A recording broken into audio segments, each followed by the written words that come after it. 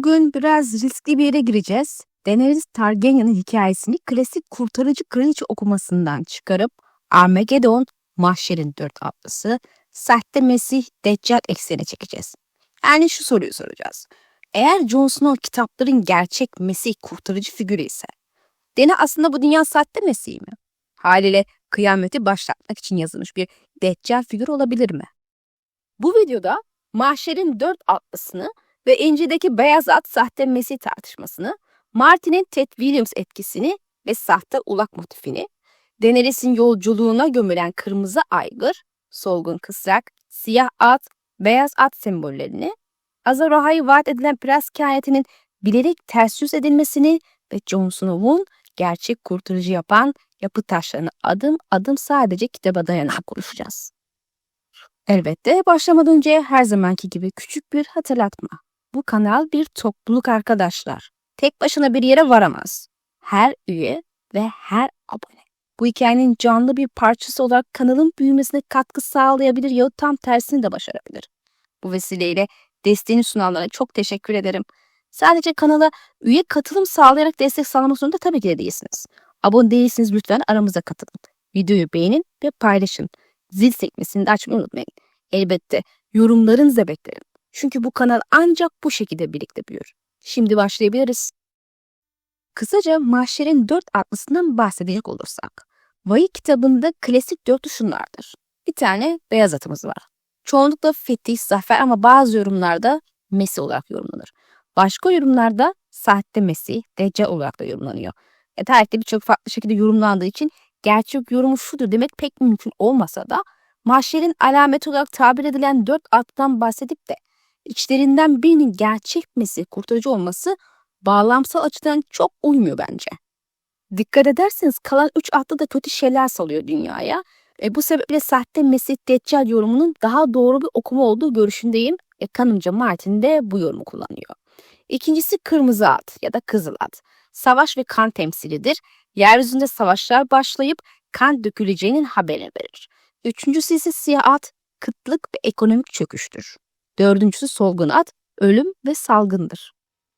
Armageddon öncesi bu saydığımız 4 atlı dünya sahnesine çıkıp düzeni akan, açlık ve hastalıkla çökertiyorlar ve gerçek kurtuluş savaşı ise bu çöküşten sonra geliyor. Martin'in doğrudan ben 4 atlıyı kullandım dediği bir açıklaması elbette yok ama kırmızı kuyruklu yıldız, metindeki solgun kısrak yola çıktı cümlesi, sürekli tekrar eden savaş kan, veba salgın, kıtlık ve açlık motifleri Hristiyan mitolojisi aşinalığını ele veriyor. Zaten kendisi Katolik olarak yetiştirildiği için bu tür anlatımlardan etkilenmesi kaçınılmaz görünüyor. Eski videolarımdan hatırlarsanız Martin'in erken bir Westeros vebasını taslaklarda planladığını fakat sonra bunu erteleyip hikaye ejderhalar ve Dany ile bağlandığını tespit etmiştim. Yani serimiz başladığında Westeros'ta bir salgın olacaktı ama Martin bunu ertelemiş görünmekte.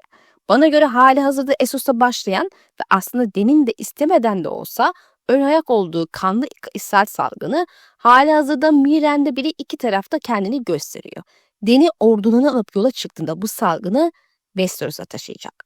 Yani Martin salgın temsil eden solgun kısrak ayağını doğrudan Dany'nin zaman çizgisine bağlıyor. Tamam ama daha önce Martin'in beyaz atı sahte Mesih olarak okuduğu kanaatimi söyledim de bu konudan nasıl böyle emin olabiliriz? Aslında bunun için yine daha önce videosunu yaptığım ve sık bahsettiğim bir meseleye geri döneceğiz. Ted Williams ve sahte ulak kurmacasına.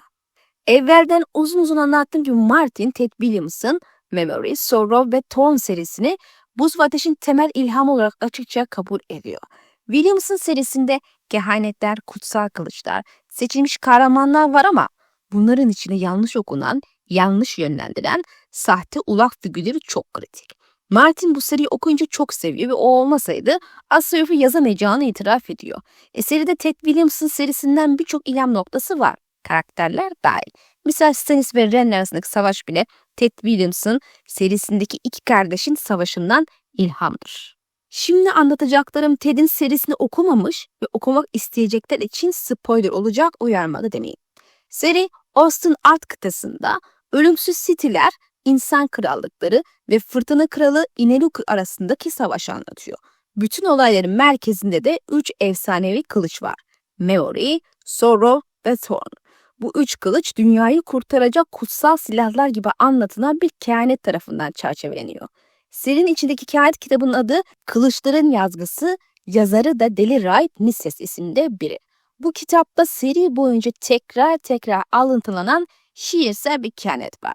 Şiirin özü şu: kötü alametler sıralanıyor, kuyulardaki su kararıyor, gecede kabuslar dolaşıyor, gölgeler yola iniyor, yaratıklar yerden dağlardan çıkıyor. Bu felaket zamanında şu tekrar ediyor: 3 kılıç yeniden gelmeli. Son kıtada da bu 3 kılıcın kaderin adımlarını çevirmek, zamanın sesini temizlemek gibi bir rol oynayacağını ima ediyor. Ama eğer erken olan geç olana direnirse işte ters gidebilir. Yani kahramanlar bu şiiri şöyle okuyor: felaketler baş gösterdiğinde 3 kılıcı bir araya getirirsek dünyayı kurtarabiliriz.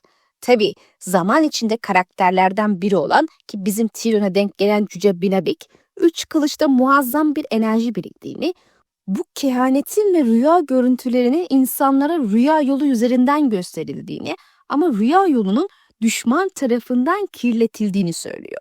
Eğer rüyalar ve kehanetler bu yolu kullanıyorsa Fırtına Kralı ve Non Kraliçesi Utuku da aynı hattı manipüle ediyor olabilir mi? Binabik de bu kehanetin düşman tarafından kafalara yerleştirilen bir tuzak olduğunu anlıyor zaman içerisinde. Kılıçlar Fırtına Kralı öldürmeyecek. Onun beden bulmasına, dünyaya dönmesini sağlayacak. Kısacası tüm evren sahte bir kehanetle manipüle edilmiştir. Eğer Simon ve Maria olmasaydı da tüm dünya felaketine gidecekti. Rüyalarla ve kehanetlerle manipüle edilme meselesiniz dikkatinizi zaten çekmiştir. Martin başka romanlarında da bunu kullanıyor aslında. Yani bizim Azar Ahai kehanetimiz çok yüksek bir ihtimal bir sahte ulaktır. Kurtarıcı diyerek pazarlanan Azar Ahai, yani ateşin şampiyonu, kurtarıcı Mesih figürü değil de Deccal figürüdür. Sahte Mesih, sahte kurtarıcıdır. Dikkatinizi çekerse ejderhanın 3 başı olmalı şeklinde seride sık tekrar eden bir üçleme olayı da vardır. 3 kılıcın bir araya gelmesini salık veren sahte ulak kehaneti gibi yani. Regal gibiler bu 3 başın bir araya gelmesini kurtarıcılık için gerekli görmüşler belli ki, ama tam tersine felakete sebep olacaksa, misal ikinci bir ejderhanın dansına. Yani kısacası Dany, 4 atlı motifinin taşıyıcısı olarak dünyayı yıkıma sürükleyen sahte kurtarıcı olarak işlenmekte. Hala bunun karşısında da gerçek Mesih, gerçek kurtarıcı olmak zorunda. O da Jon ise buz ve ateşi bedeninde birleştiren gerçek kurtarıcı olarak buz ve ateşin şarkısı oluyor. Tabii biz bu meseleyi biraz daha ince ayrıntısına girmeye çalışalım. Şimdi Dany'nin hikayesinin 4 atlının izlerine bakalım. Öyle ya, eğer Mahşer'in atlısı hikayesi Dany'nin hayatının bir parçası ise çevresinde de buna dair işaretler görmek zorundayız. İlk atla başlayalım. Kızıl Aygır, Drogo'nun savaş çağrısı. Dothraki'lerde dünyayı sürecek aygır kehaneti var. Bu figür bütün dünya üstünde saldırı, yağma ve fethi demek. Tabi Dany'nin doğacak oğlu Rhaego'ya atfediliyor ama bu figürü fiilen Drogo üstleniyor. Viserys'in tacını eritip kafasına döktüğü ve Dany'ye suikast girişimi yapılan bölümden sonra demir tahta almak için Westeros'u istila edeceğini ilan ediyor. Drogo için kızıl aygır dedim çünkü Drogo'nun en sevdiği ve kullandığı atı kızıl renklidir. Yani özetle kırmızı atlı savaşın habercisidir. Drogo'nun savaş ilanı ve kendi topraklarında savaşa başlaması Dany'nin Mahşer'in atlıların gelişi için ilk sahne olarak yorumlanabilir. Rhaego'nun adı bile savaş ve kan, ateş kavramlarıyla birlikte veriliyor. Dothraklı ihtiyarlar onu dünyaya yutacak aygır olarak adlandırıyor. Yani ilk atlı, savaş çağrısı yapan kırmızı aygır, Dany'nin sahte kurtarıcılığını ateşleyen kan ve ateş başlangıcı demek. Şimdi ikinci atımıza geçelim. Dany'nin gümüşü, beyaz at ve Mesironisi. Dany'nin en sevdiği atı gümüş kısrağı. Sürekli beyaza çalan, parlayan, göz alan bir at bu. Kitabın başından beri Dany'nin özgürlük anlayla bağlantılı. Hristiyan ikonografisinde beyaz at, Mesih'in göklerden zaferle gelişini simgeler. Aynı zamanda bazı teolojik yorumlarda başlangıçta iyi sanılan ama aslında dünyayı yıkıma götüren sahte Mesih'in de bineğidir. Kitaplarda Dany hala Westeros'a gelmedi.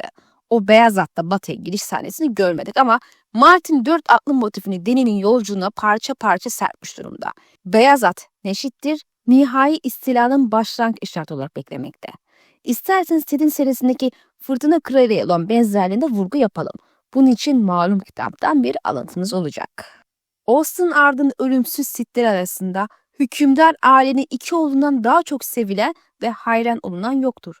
Ağırbaşlı Hakatri ve gururlu ateşli küçük kardeşi Ineluki ki o bir gün ölümsüz fırtına kralı olacaktır.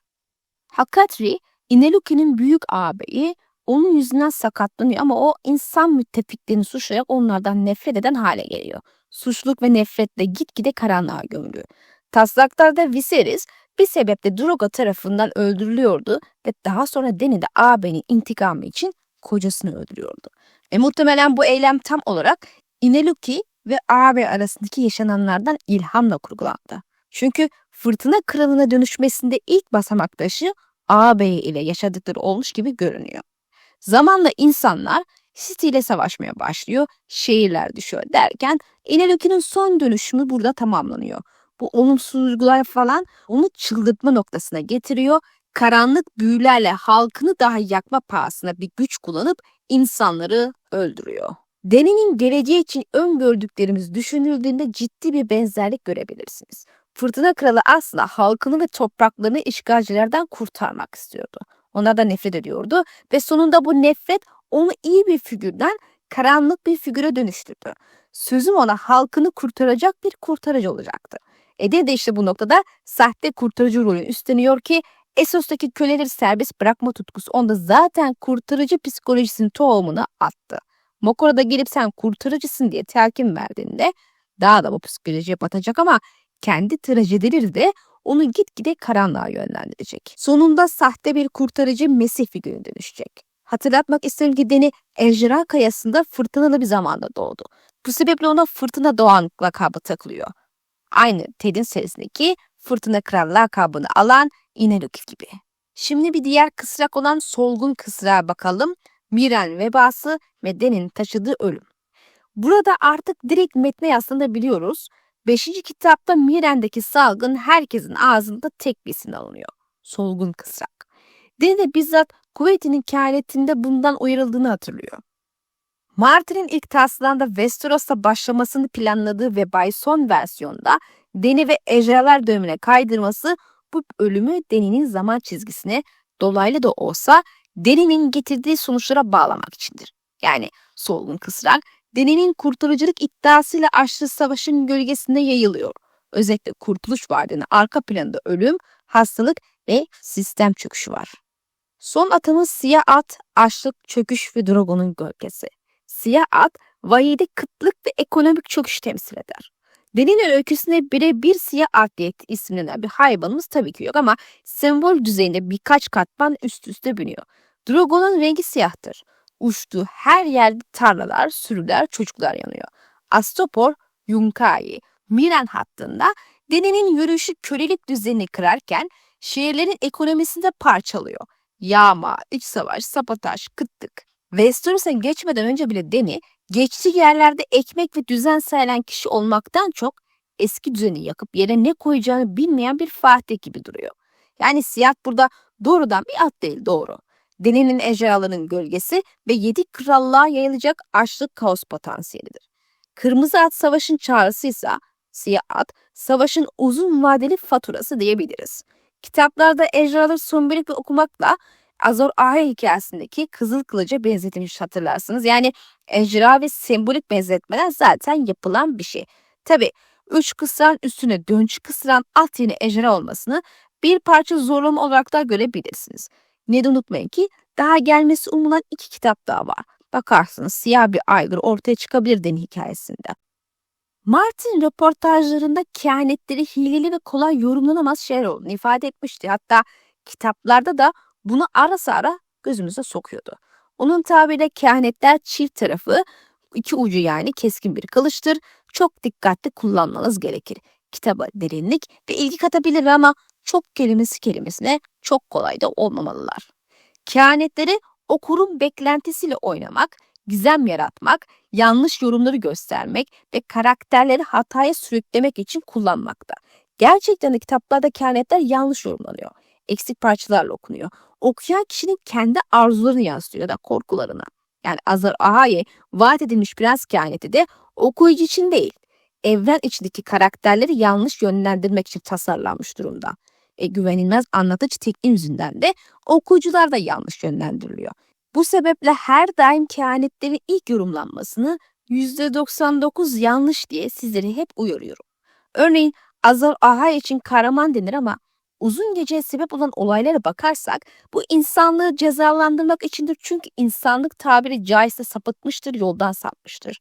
Ayrıca Azar Ahai'nin alternatif eserine baktığınızda da bazıları oldukça karanlık ve şüpheli yerlerle veya ilhamlarla dikkat çeker. Roller takipçileri kahramanın adını Azar Ahai olduğunu söylerken başka kültürü ona kahraman Haykun, Yintar, Neferion ve Edric gölge kovalayan der. Şimdi Haykun ve Edric için ilham alınan başka seriler olduğu söyleniyor.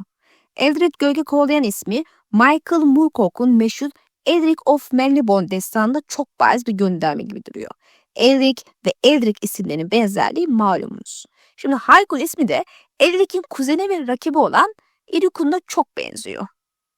Yani bu iki karakterin isminin aynı alevli kılıç kahramanı verilmiş isimler olması Martin'in bilerek Elric ve Irikon ikilisini çağırdığını gösteriyor. Aynı kaderde iki akraba, iki kutup, iki kılıç taşıyıcısı. Peki seride bunlar kim? Spoiler geliyor, uyardım. Moorcock'ta Elric albino bir imparator, büyücü ve lanetli siyah kılıcı fırtına getirene bağlı. Hem dünyayı kurtaran işler yapıyor, hem de sonunda kendi halkını ve dünyayı mahveden bir figüre dönüşüyor. Irikon ise kuzeni ve varisi, tabii ki ayrıca rakibi. Hem aile içi çatışma hem ikililik figürü olarak kullanılıyor. Martin'in Azar Ahai'nin alt isimlerinden ikisini Edric ve Irikon'a bu kadar yaklaştırması dizide bizzat kendi yazdığı Aslan ve Gül bölümünde Joffrey'nin kılıcı için fırtına getiren adının önerilmesiyle şu mesajı veriyor gibi. Bu alevli kılıç kahramanı Aragorn gibi temiz bir kurtarıcı değil. Moorcock'un Edric'i gibi demonik kılıcına ve kozmik güçlere bağlı, dünyayı kurtarırken aynı zamanda mahveden biri. Daenerys'in Essos macerasına baktığımızda kurtarırken mahveden bir imajı açıkça görülüyor. Tabi son olarak Azar Ahai isminin olası ilham kaynağı da Hint mitolojisinden Asura Ay olabilir. Kelime anlamıyla şeytan yılan veya şeytan ejderha olarak çevriliyor. Bu kötü ejderha dünyanın sularını içiyor ve insanları kuraklığa ve ölüme mahkum ediyor. Daha sonra bir ilah figürü yıldırımlara gelip onu öldürüyor ve sularla serbest bırakarak insanları, dünyayı kurtarıyor. Şimdi de sahte Azor aileler kısmından devam edelim. Meseleye şu ana kadar bildiğimiz Melisandre Stannis'in Azor Ahai olduğunu inanıyor. Rhaegar ilk önce kendisini, daha sonra da ilk oğlu Aegon'un vaat edilmiş prens olduğuna inandı. Varis'e yanıldı. Essos'taki roller rahipleri Dany'yi ateş şampiyon olarak görüyor ki son günlerinde Üstad Aemon da öyle gördü. Üstad Aemon bizi kahramana ait olduğu söylenen sahte ışık getiren karşı uyarıyor, çünkü sahte olan şeyler insanlığı felaketine götürecektir. Burada sahte meselesi dikkat çekici. Sahte olan felaketimize götür olayı daha önce okumasını yaptığın her şeyi içine alıyor resmen. Tabi bakış açısına göre kim sahte, kim gerçek değişebilir. Ateş içinde, buz içinde, doğa tarafı içinde. Biliyorsunuz Şafak İmparatorluğu ve Uzun Gece meselesini anlattığım videolarından birinde şunu demiştim. Roller kendi Azar Ahai'sinin peşindeyken kuzeyin eski güçleri de kendi kahramanlığını yaratmaya çalışıyor olabilir. Bene Gesserit'in Kıvızas Hadarak projesi gibi. Yani Roller tarafı Safkan Targaryen kökenli ateş şampiyonu olan Dany peşindeyken büyük öteki tarafı Stark kökenli buz şampiyonu olan Arya peşinde. Tabi kuzeyin eski güçleri ise Stark Targaryen karışımı Shark'ının, yani Jon'un peşinde. Bu okuma Dany, Arya ve Jon'un aynı soydan gelen ama farklı fraksiyonların kurtarıcısı olarak konumlanmış 3 figür olduğunu ima ediyor. Kehaneti tek kişi indirgemeye çalışan Melisandre ve Moqorra gibiler aslında olan biten her şeyi yanlış okuyor. Williams'ın serisinde kehanet ve kutsal kılıçlar bazı yanlış adayların etrafında toplanıyor. Okur ve karakter onu kurtarıcı sanıyor. Ama sonunda anlıyoruz ki asıl kahraman daha sessiz, daha gri, daha insan bir figür. Bu durumda Azor Ahai kehaneti ve kurtarıcı meselesini insanlığın bakış açısına göre şöyle okuyabiliyoruz. Dany, Azor Ahai kehanet belirtilerinin çoğunu taşıyor. Ejderhalar uyandırıyor. Kırmızı kuyruklu yıldız da onun ve ejderhaların gelişini haber vermek için ortaya çıkıyor. Duman ve tuzdan doğuyor. Ateşle sıkı fıkı ve kitapta kızıl kılıç olarak sembolleştiren ejderhaları var. Ama aslında kendisi 4 atlıyı taşıyan apokaliptik sahte mesih figürü, yani sahte kurtarıcıdır. Daha önce bahsettiğim tüm argümanlar bizi tartışmasız bu sonuca götürüyor. Jon ise buz ateş soyu, ölüm ve diriliş arkı ve hayalet birleşme, surun savunucusu, kuzeyin ve insanlığın kalkanıdır. Yani isim Azor Ahai olmak zorunda olmayan asıl kurtarıcı, asıl Mesih figürü oluyor. Yani özetle benim için durum çok net. Hikayeler istediği kadar tek şampiyon desin. Aslında 2, hatta 3 şampiyon var ama buz ve ateşin şampiyonları gerçek kurtarıcı olmaktan çok uzak. Asıl kurtarıcı Jon Snow görünüyor. Onu son şampiyon gibi görebilirsiniz ama isimlere takılmayın. Ben şarkı demeyi daha çok seviyorum yahut gerçek kurtarıcı demeyi. Şimdi işi bir tık daha sertleştirelim. Dany'yi neden Deccal sahte Mesih figürü okuyabiliriz? Dany'nin imajı ne? Ateşten yeniden doğmuş ejderhanın kızı. Köleleri zincirlerden kurtaran zincir kıran. Aynı sıfatıyla hitap edilen insanlara yeni bir düzen vaat eden lider. Klasik Mesih arketipini andıran şeyler var yani. Doğumunda, daha doğrusu yeniden doğuşunda göksel işaretler vardı. İşte kuyruklu yıldız, ateş vesaire. Bir sürü farklı halk ve topluluklar tarafından beklenen kraliçe olarak karşılanması. Düşkünlerin ve kölelerin tarafında durması. Ama sonra bakıyoruz. Astapor ve Yunkaide bıraktığı özgürlüğe kavuşmuş halk iç savaş ve kaos içinde. Birini özgürleştiriyor ama yönetemeyip daha da büyük bir savaş alanına çeviriyor. Adaletle karşılık vereceğim deyip sinirlendiğinde öfkesiyle tepki verip acımasızlaşabiliyor. Ejderhalar sembolik olarak göksel ateşle günahları temizlemek iken pratikte çocuk yiyen, tarlaları yakan, hayatları yok eden bir güç. Bu da İncil'deki sahte mis okumasına çok benziyor. İnsanlar onu kurtarıcı diye takip ediyor. Düzenlerini yıkıyor. Ama yerine getirdiği şey cennet değil, kıyamet provası. Ejderhalar ateş büyüsünün ana kaynağı ve mucize olarak lanse ediliyor. Işık getiren, ejderha ise sözüm ona karanlığı yok edip insanlığı kurtarmak için varlar ki kehanette taştan ejderhaları uyandırma bilgisi olduğu için ejderhanın varlığı büyünün dünyaya geri gelmesiyle bağlantılı. Daha doğrusu ateş büyüsünün. Fakat bu noktada kritik soru şu. Bu silahlar gerçekten dünyayı kurtarmak için mi yoksa Armageddon'u mümkün kılmak için mi yeniden oyuna sürüyor? Eğer 4 atlı okumasını kabul edersek kırmızı at Drogo'nun savaşı, siyah at Dany'nin savaşlarının açlık ve çöküşü, solgun kısrak Miren vebası ve Westeros'a taşıma ihtimali, beyaz at Westeros istilası ve nihai kriz. Hepsi ejderhaların çağında Dany'nin gölgesinde birleşiyor. Bu da Dany'yi sahte Mesih anlatısında sık gördüğümüz şu tipe yaklaştırıyor. İnsanlarca mucizeler için kutsanır ama aslında kıyamet için gönderilmiş kurtarıcı. Şimdi denge tarafına geçelim. Neden Jon Snow gerçek Mesih, asıl kurtarıcı olarak okuyoruz? Şafak İmparatorluğu videolarında yaptığım benzetme çok net. Jon tıpkı Kwisatz Haderach gibi iki soyu, iki gücü bedeninde taşıyan bir figür olarak öne çıkıyor. Aynı tarafı Stark. Buz, kuzeyin kadim güçleri, Warg büyü tarafını temsil ediyor. Baba tarafı ise Targaryen, ateş, ejderha, rol ile bağlantılı bir kan. İki düşman hanenin birleşiminden doğan, iki tarafında anılarını, güçlerini taşıyan bir figür. Jon'un ebeveynleri meselesi zaten bizim için resim bilgi olarak kabul edilen bir durum. Böylece Jon, Azor Ahai'nin ateş tarafını, son kahramanın buz ve kuzey tarafını kendisi toplayan denge kurtarıcısı oluyor. Aegon'un kentinde bahsettiği buz ve ateşin şarkısı oluyor çünkü bunun için en uygun konumda olan o. Zaten halihazırda gece nöbetçisi olarak diyarı koruyan kalkan olma yemini etmiş, yaşayan bir figür iken ölümü tadıp yeniden dirilen bir Mesih figürüne dönüşecek. Jon sürekli düşman olan taraflarla bağlantılı, hepsinin ortasında. Stark ve yabanın karışımı, keza buz ve taş karışımı ve elbette yine yabanın nöbet karışımı iken ölüm ve yaşam karışımı da oldu. Jon'un 5. kitap sonundaki bıçaklanışını hatırlayalım.